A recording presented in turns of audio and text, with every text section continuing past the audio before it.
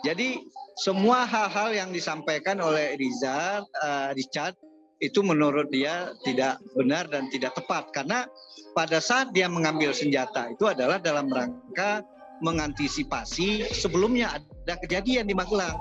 Waktu Ricky pulang dengan Richard, padahal Ricky dengan Richard habis mengantar kebutuhan anaknya Sambo ke sekolah. Kemudian Ibu PC malah menelpon si Richard. Mungkin sebelumnya menelpon Ricky. Ricky nggak ngangkat, nggak lihat. Kemudian Richard yang ngangkat. Bang, ibu nangis nih, kita disuruh pulang. Mereka balik ke sana, ke mana? Ke rumah Magelang. Sampai di rumah Magelang, rumahnya di bawahnya kosong, padahal udah jam 7. Kok nggak ada si Kuat, kok nggak ada ibu, kok nggak ada si Susi gitu, yang asisten rumah tangga. Naiklah dia ke lantai 2. Naik di lantai 2, dia melihat si Kuat kayak marah-marah gitu, marah-marah, dia tegang tuh. Ditanya sama si Ricky, ada apa Om? Enggak, tadi ini si Joshua bolak-balik. Kemudian saya tanya, dia kabur, dia nggak menjawab, maka membingungkan. Dia mau datang lagi, saya larang, saya sampai bawa pisau. Sementara Susi katanya menangis-nangis. Nah, itulah yang membuat si Ricky mencoba, setelah dia juga mendatangi si Joshua. Sebelumnya kan setelah itu setelah ketemu Kuat itu dia ketemu ibu dulu, masuk ke ruang ibu, dia bilang dia tanya ada apa Bu, dia nanya apa. Sebaliknya ibu PC malah pada saat itu menyampaikan mana si Joshua. Jadi tidak ada cerita yang macam-macam, malah ditanya Joshua. Akhirnya Ricky pergi mencari Joshua, ketemu, disampaikan sama Ricky, Joshua, kamu dipanggil ibu. Nggak mau dia. Apa Bu tadi? Kenapa? Agak kemudian dijelasin sama Ricky. Joshua, kamu dipanggil ibu. Ibu kan katanya sakit tuh. Ayolah kita ada. Akhirnya dia jalan masuk, dibawa Ricky sampai ke kamar ibu itu di lantai 2. Sampai di depan kamar, disampaikan oleh si Ricky kepada ibu PC, Bu, ini Joshua. Masuklah Joshua kan, duduk di ibunya masih berbaring tapi jadi duduk dengan masuknya Joshua. Kemudian si Joshua duduk berbaring di bawah. Kemudian si Ricky keluar karena yang dibutuhkan, yang dipanggil kan si Joshua. Dia keluar tapi tidak jauh, dia menunggu mungkin ada panggilan lagi gitu, nggak? Dia kira ya berapa meter lah dekat pintu itu kan. Kemudian ada sekitar 15 menit, 10 sampai 15 menit Joshua di dalam itu dengan si Ibu PC. Kemudian keluar dibawa, udah keluar si Joshua, dipandu lagi masih Joshua oleh si Ricky, diantar ke bawah. Di perjalanan ke bawah, ke ruang tangga bawah, ditanya lagi sama Ricky, ada apa, gimana Joshua apa? Jawaban si Ricky udah berubah, ada tenang, nggak ada apa-apa kok Bang. Ya oleh karena itu nggak ada sesuatu yang disampaikan lagi, apakah ada pelecehan atau apa gitu ya. Nah itulah kira-kira. Nah, kemudian setelah itu Ricky baru ngambil sikap bahwa tadi si Joshua kan memang awalnya, kemudian Kuat kan marah, kayak orang musuhan lah. Itulah dia ambil senjata itu.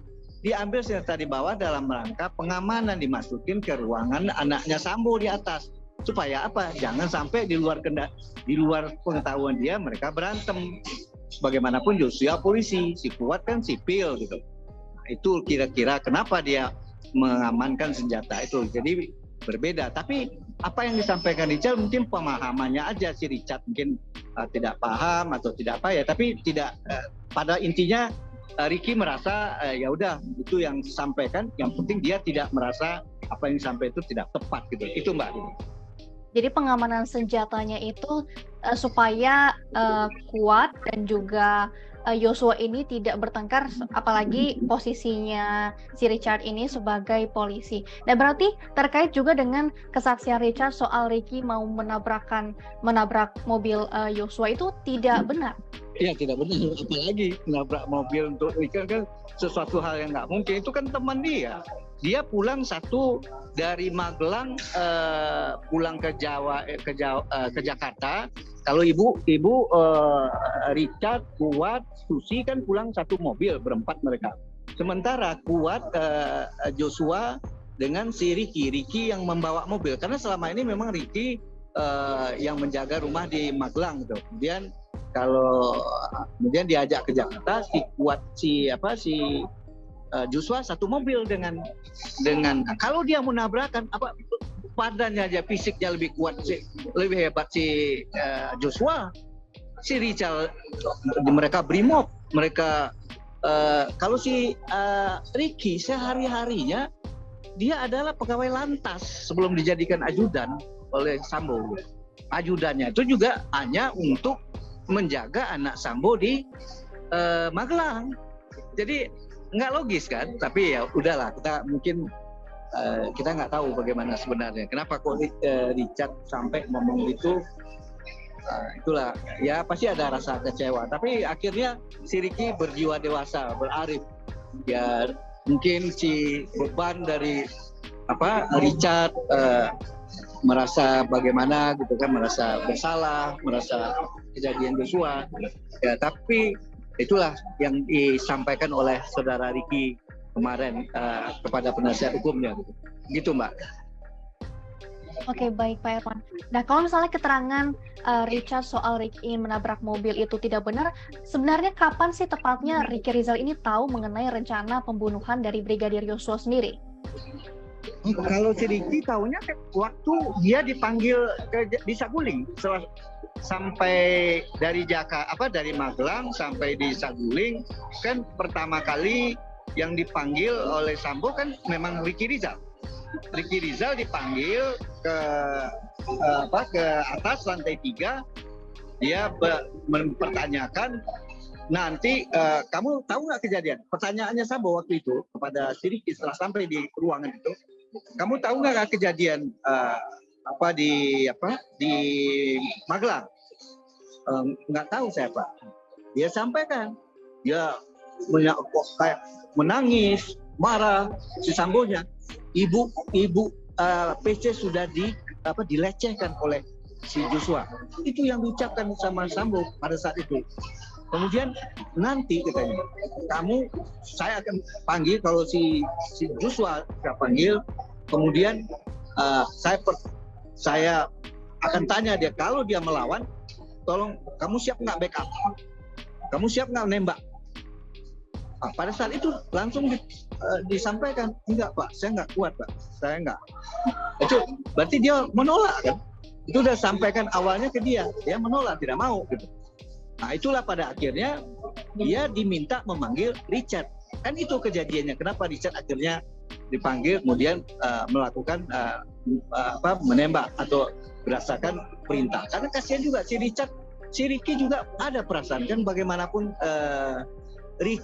Richard ini adalah masih muda.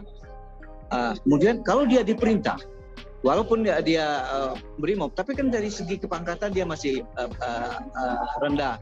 Kemudian masih baru gitu.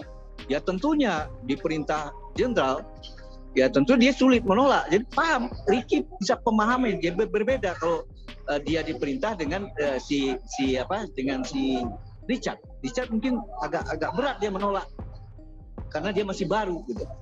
Itu yang disampaikan oleh saudara Ricky, Mbak. Oke, baik Pak Irwan. Dan mungkin apa yang kemudian akan dilakukan oleh pihak kuasa hukum sendiri untuk membuktikan bahwa Ricky ini tidak terlibat dalam perencanaan dan tidak ada rencana untuk mencelakai Yosua sebelumnya? Ya nanti kalau dalam pemeriksaan dia sebagai terdakwa, nanti dia pasti akan menyampaikan apa yang dia ketahui dan apa yang kejadian sebenarnya. Tentu dia akan membuka untuk menyampaikan pembelaan diri dia, bahwa dia dalam hal ini tidak bersalah gitu, Mbak. Oke, baik. Nah, kemudian juga soal keterangan mengenai tembakan dan sarung tangan yang digunakan oleh Verdi Sambo. Nah, Ricky Rizal dan Kuatmaruf ini kan mengaku tidak melihat Sambo ini menggunakan sarung tangan padahal berada di ruangan yang sama. Nah, Kalau bagaimana kemarin itu kan nggak sampai gitu. Cuma Kak, saya pernah dalam pemeriksaan BAP pernah kalau nggak salah disebut pakai sarung tangan, kemudian pernah juga berubah gitu. Tapi yang sebenarnya tentu kita harus dinilai oleh pengadilan, di sidang nanti mana yang paling kuat keterangan. Kan banyak fakta, banyak saksi juga gitu. Hakim akan mana yang menilai, mana yang benar, mana yang paling keterangan yang benar. Itu hakim akan melihat di fakta persidangan. Itu, Mbak. jadi sebenarnya keterangan dari Ricky Rizal terkait sarung tangan Sambo ini sempat berubah? Ya berubah, sempat berubah. Oke, baik Pak Erman. Nah, tapi kalau misalnya kita melihat hubungan Ricky dengan Brigadir Yosua sendiri ini seperti apa kedekatannya? Apakah sempat terjadi masalah di antara mereka? Apakah Ricky pernah menceritakan tentang hal tersebut? Hubungan Ricky Rizal dengan siapa, Pak? Dengan Brigadir Yosua. Oh, dengan Joshua. Ya selama ini cukup baik. Baik, nggak ada hubungan, nggak ada masalah. Nggak ada problem dia. Malah sampai di Jakarta ya cukup dekat lah. Jadi dia perbedaan dia kalau si Joshua ini kan dia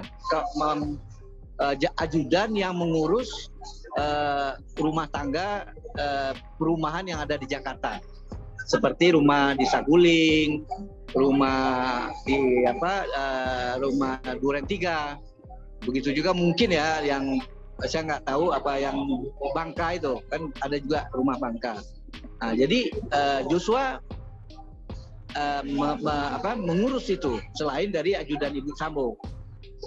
Kalau si Ricky kan cuma dia hanya ajudan untuk di rumah di Magelang dan mengurus anaknya yang sekolah 2 orang di Magelang. Nah itu dan cukup baik, nggak pernah ada benturan, nggak pernah ada masalah selama ini antara Ricky dengan Joshua. Oke, baik Pak Erman. Nah, kemarin kan kita sudah melihat Eliezer ini bersaksi dalam sidang. Nah, akan ada momen juga Ricky Rizal ini akan dihadirkan sebagai saksi dalam sidang Verdi Sambo dan Putri Chandrawati nantinya. Dan sejauh ini apakah Ricky Rizal mempunyai kekhawatiran sendiri atau mungkin sudah siap nih berhadapan dengan Sambo? Ya kalau sekarang sih pasti udah ini. Dulu kan ragu-ragu, ada kelihatan takut kalau berhadapan langsung ya. Tapi kita akan bilang kalau kamu pertahankan, kamu nggak perlu takut. Apa yang ditakutkan? Kita kan toh juga ada mendampingi kamu sebagai pengacara kamu. Kita sampaikan seperti itu untuk backup dia, mental dia, Mbak. Ya mudah-mudahan dia tetap akan bertahan, menyatakan apa yang benar.